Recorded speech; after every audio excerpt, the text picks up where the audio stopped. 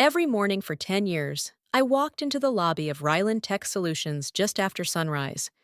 Nobody looked up. The security guards barely nodded. The receptionist never asked my name. I wore the same beige cardigan, carried the same worn-out leather bag, and took the same service elevator to the basement level, HR records and facilities management.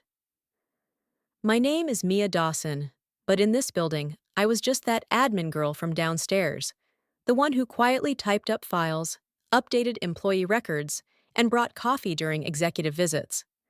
I sat behind a shared desk in a low-ceilinged office with flickering lights and no windows.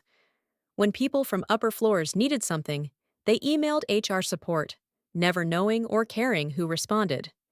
And I never corrected them, because I had a secret, one that had taken root years ago, in silence, and slowly grown into something much, much bigger.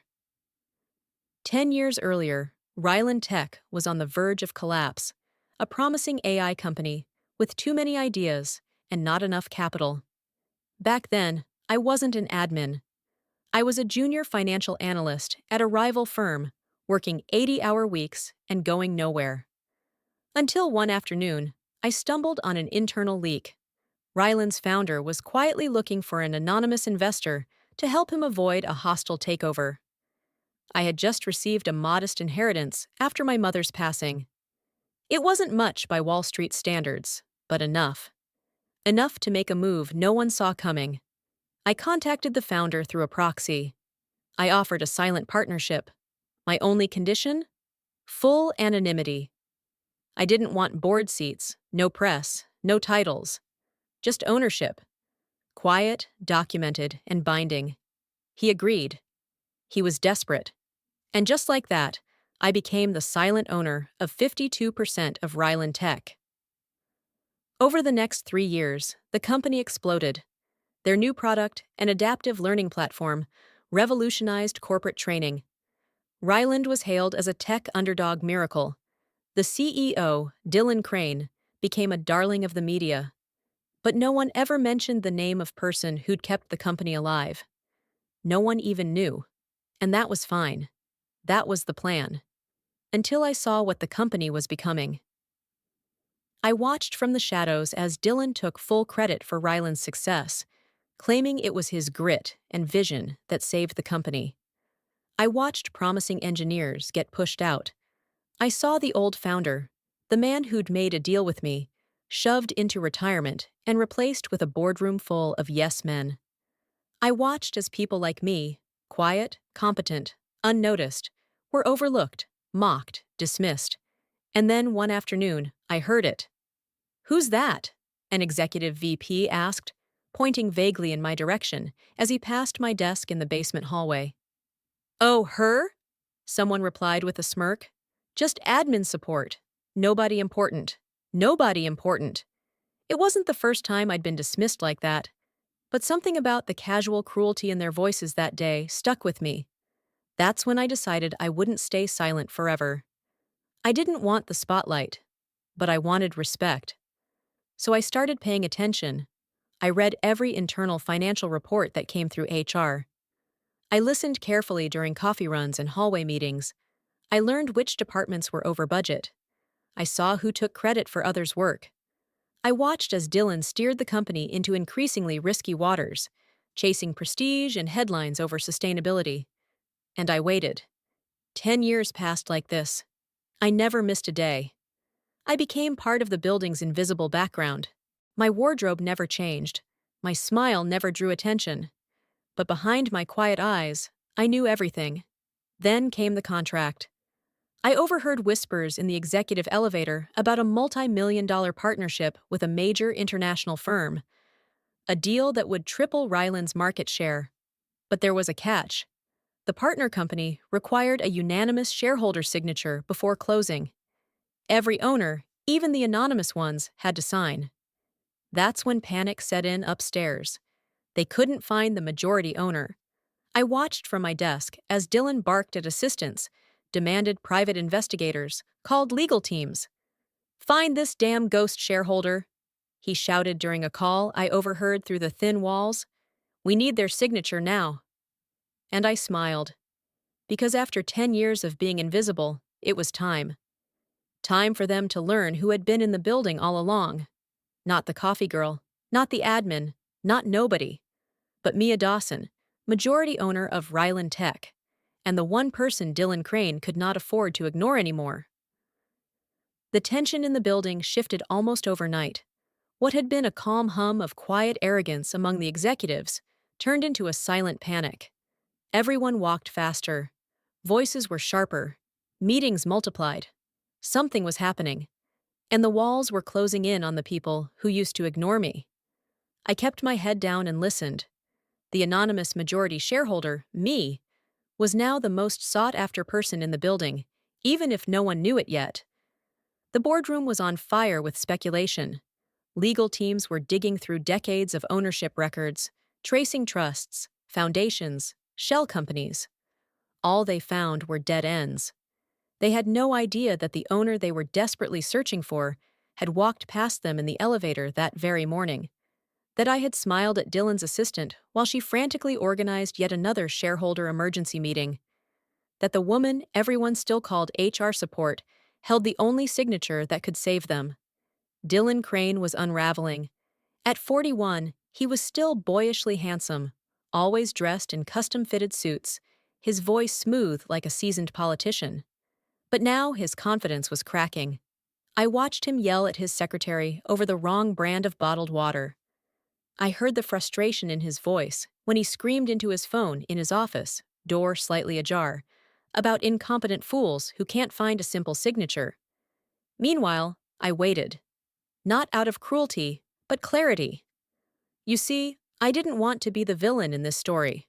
But I also wasn't going to let the same people who had looked through me, stepped over me, and belittled me, now pretend to respect me just because they needed something. Respect built on desperation isn't respect, it's survival. They hadn't earned my signature yet. 2 days later, an internal memo leaked. The partnership deal, it turned out, was not just valuable, it was critical. Ryland Tech had overextended itself through rapid expansion, banking on this merger to stabilize cash flow. If the deal fell through, the company would likely have to lay off hundreds. Morale dipped. Rumors spread.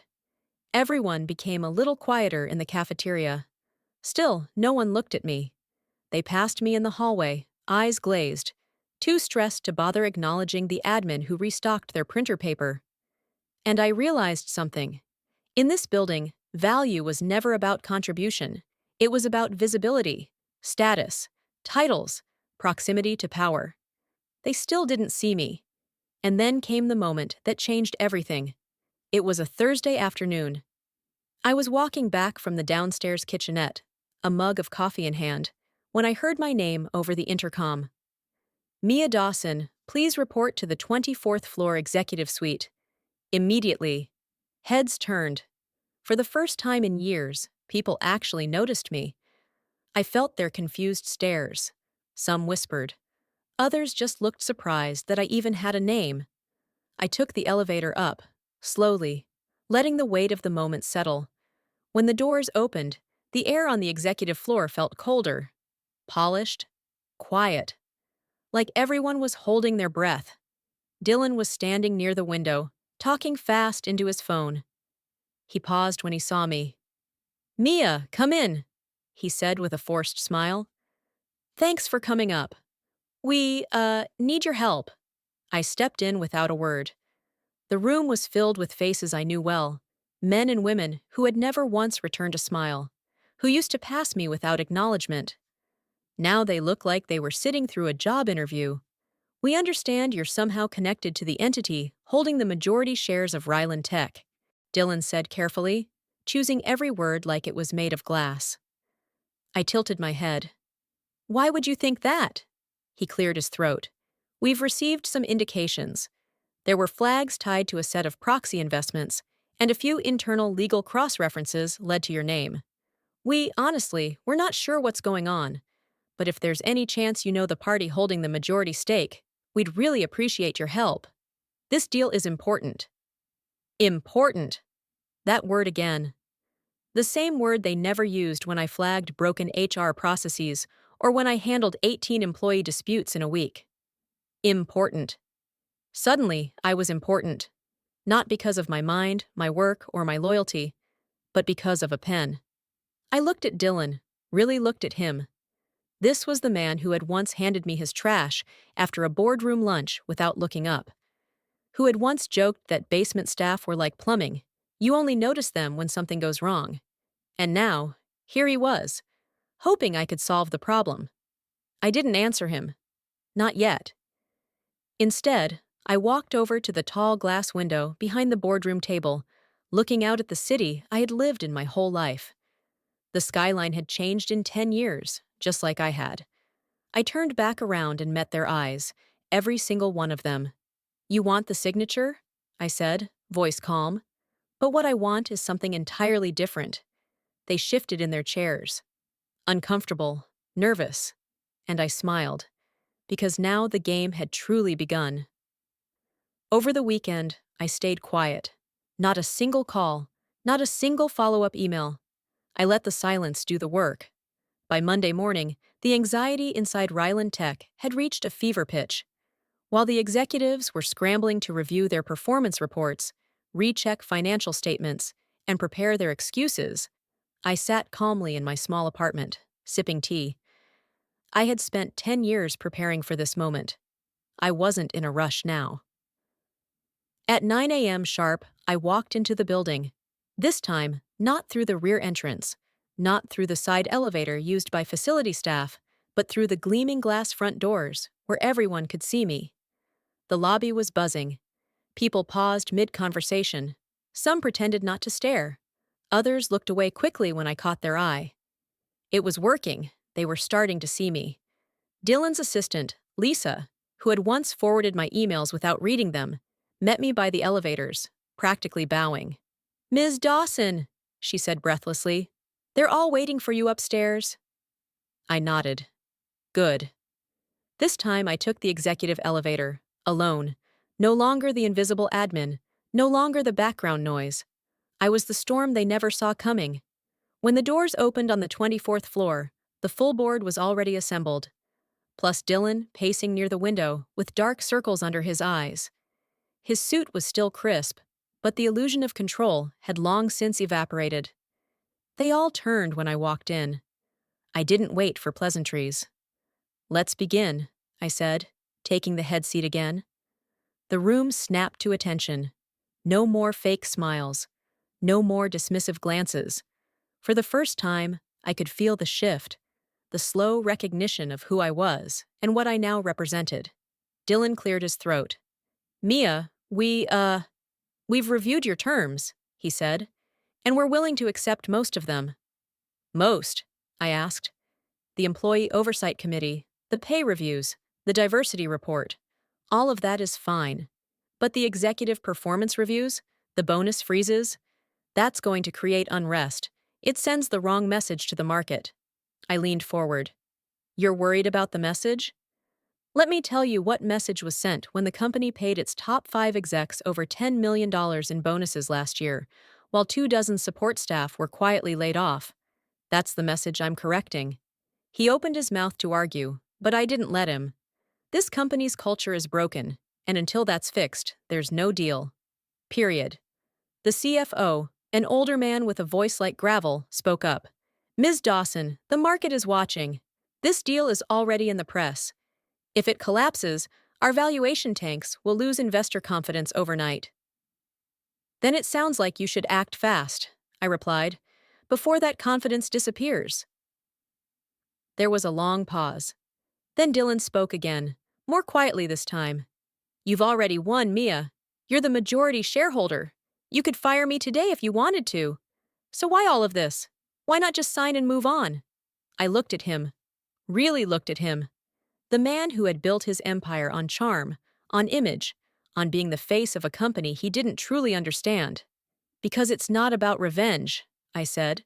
"It's about rebuilding something with value. You can't build a legacy on the backs of people you refuse to acknowledge." I let that hang in the air. "For 10 years, I gave you the chance to do better. You chose the spotlight. I chose the work. And now that work has brought us here."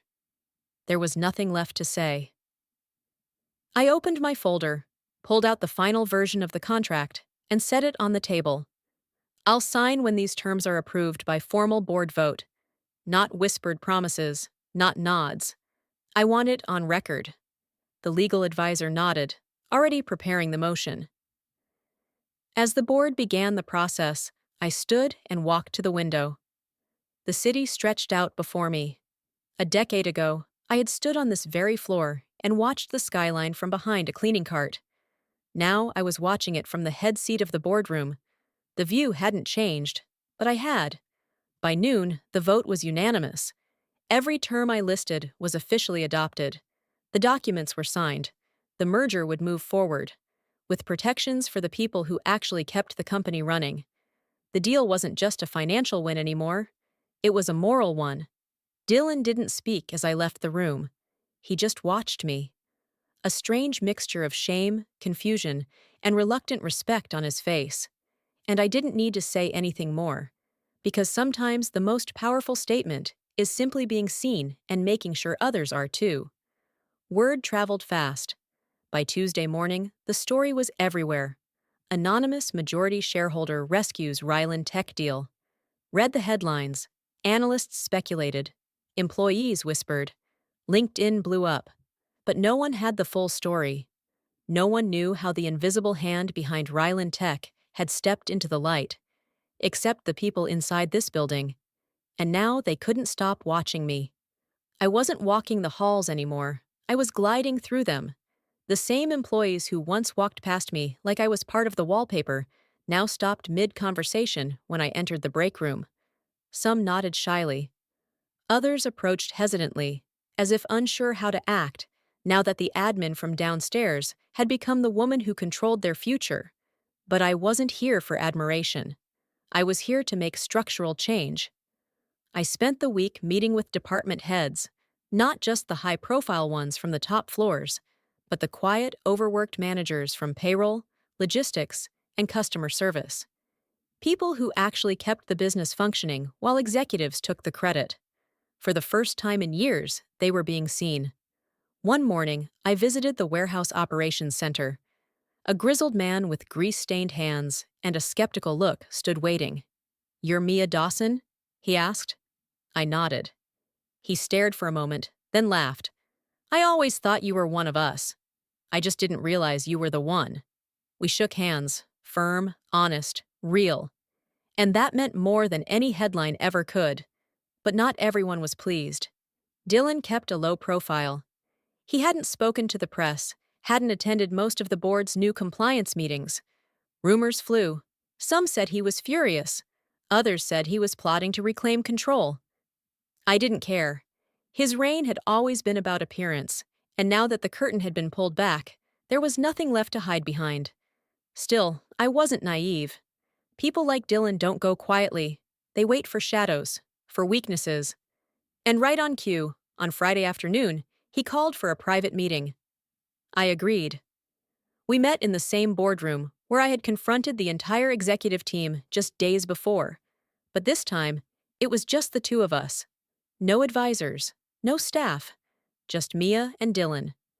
He was already seated when I arrived, nursing a glass of scotch at 2 p.m. A bad sign. His tie was loosened, his jacket draped carelessly over a chair. He looked smaller somehow. Not physically, but in presence. "You win," he said, not looking up.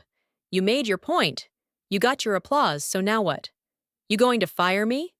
I sat across from him, folding my hands calmly. "You think this is about applause?"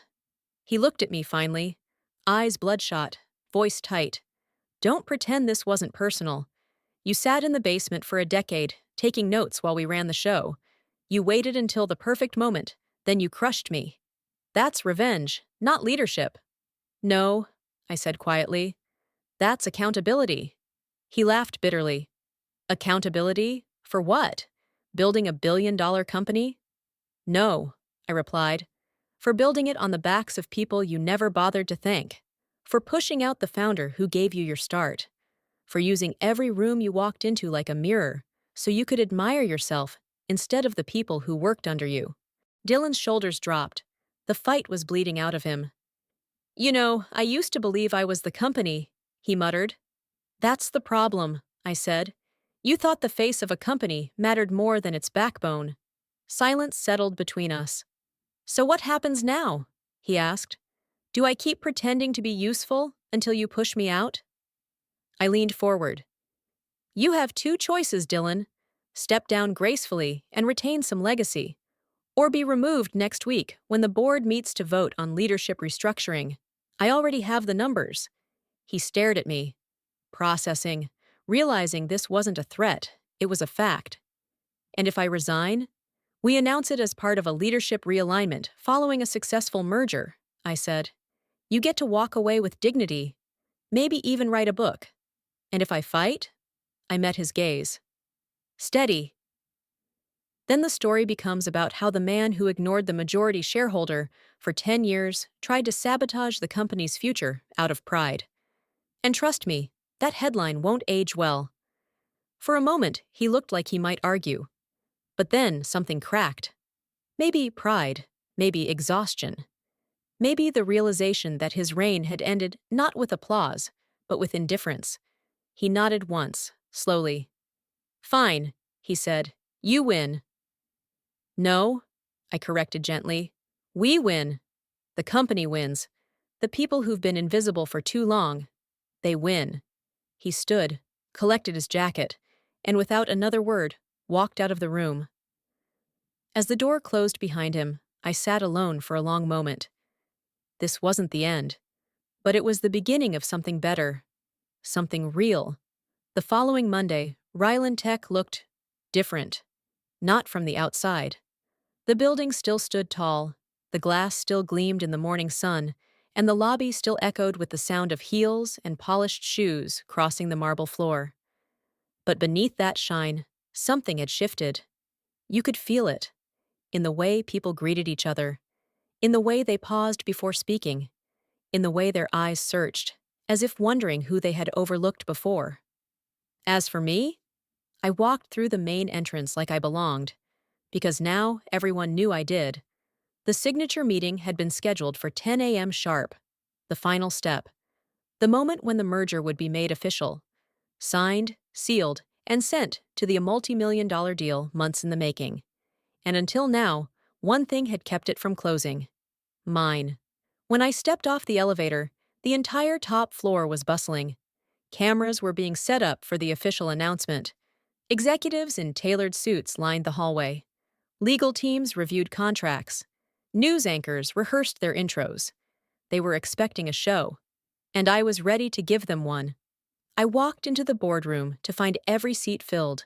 The new leadership team, the partner company's representatives, the media consultants. Everyone had shown up for this, everyone except Dylan. True to his word, he had stepped down on Friday, leaving quietly without a statement. His office had already been cleared, his name removed from the glass door. I took his old seat, now mine, at the head of the table. Across from me sat the CEO of Linsford Systems, the company we were merging with. He was a sharp, silver-haired man with a calm demeanor and a reputation for valuing integrity over flash. We had spoken on the phone twice before, but this was our first in-person meeting. Ms. Dawson, he said warmly, an honor to meet the person who's been behind the curtain all along. I smiled. It's nice to finally step into the light. He nodded toward the document placed between us. Whenever you're ready. I picked up the pen. For a moment, I paused. Not out of hesitation, but reflection.